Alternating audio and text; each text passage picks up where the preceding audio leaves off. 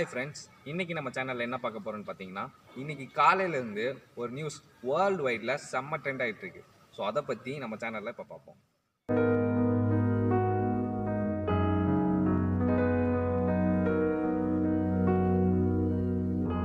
அந்த ட்ரெண்டான நியூஸ் என்னன்னு பார்த்தீங்கன்னா, லாஸ்ட் லியான்ற கண்டஸ்டன்ட் வந்து பிக் பாஸ் மூலயமா பெரிய ரீச் ஆகிருக்காங்க. இப்போ பார்த்தீங்கன்னா அவங்க வந்துட்டு மூவி பண்ணுறதா சொல்லியிருக்காங்க. அவங்க தந்தையை வந்துட்டு கனடாவில் ஒர்க் பண்ணிட்டு இருந்திருக்காங்க.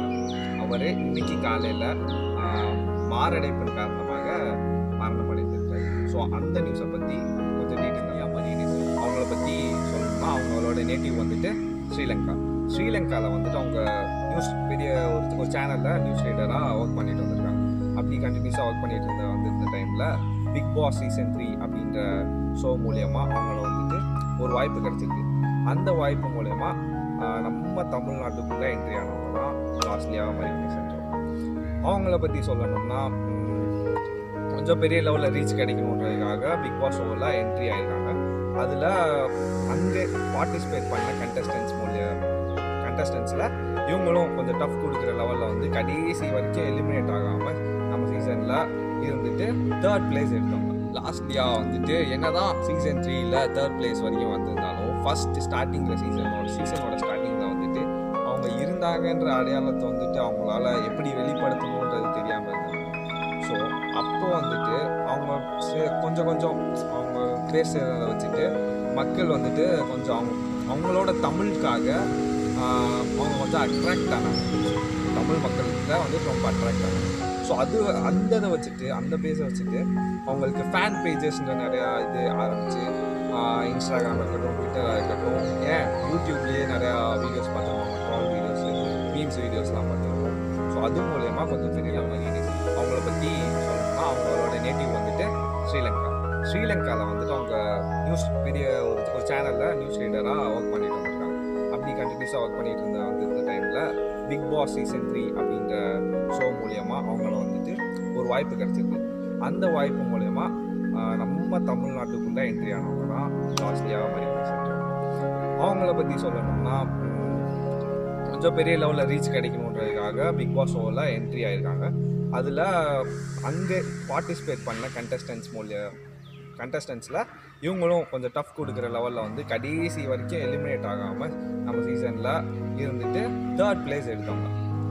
பேசுகிற தமிழாக இருக்கட்டும், அது மட்டும் இல்லாமல் அவங்க வந்துட்டு வசீகரா சாங் வந்துட்டு ரொம்ப அழகாக பாடியிருந்தாங்க. ஸோ அதை வந்துட்டு டிக்டாக்காக இருக்கட்டும், டப் ஸ்மாஷாக இருக்கட்டும், அதில் வந்துட்டு நம்ம மக்கள் எல்லாருமே அதை ஃபாலோ பண்ணி அவங்க பாடி கொஞ்சம் நிறையா வீடியோஸ்லாம் நம்ம இன்ஸ்டாகிராம்லலாம் ட்ரெண்டிங்கில் வந்து லாஸ்ட்லியாக வந்து என்ன பண்ணாங்கன்றதை பார்த்தீங்கன்னா, சென்னையில் ஒரு நாள், அப்புறம் அக்னி தேவின்ற படத்தில் வந்து நடிச்சிருந்துருக்காங்க. இப்போது என்ன பண்ணிட்டு இருந்தாங்கன்னா, இப்போ ஃப்ரெண்ட்ஷிப்ன்ற படத்தில் ஹர்பஜன் சிங்கோட இணைந்து நடிச்சிருக்கோம். நம்ம நியூஸ் என்னன்றதுக்கு அவங்க சிறு வயதில் இருக்கிறப்ப அவங்க அப்பா வந்துட்டு குடும்ப சூழ்நிலையின் காரணமாக வெளிநாட்டுக்கு வேலைக்கு போயிருந்தாங்க. ஸோ அந்த டைமில் வந்துட்டு அவங்க அப்பாவை ரொம்ப மிஸ் பண்ணியிருந்திருக்காங்க. அப்புறம் பிக் பாஸ் ஷோவில் வந்துட்டு என்ட்ரி ஆனதுக்கப்புறம் ப்ரீஸ் டாஸ்க்ன்ற எபிசோடில் வந்துட்டு அவங்க அப்பா வந்துட்டு சர்ப்ரைஸாக பிக் பாஸ் மூலமா உள்ளே வந்திருந்தாங்க.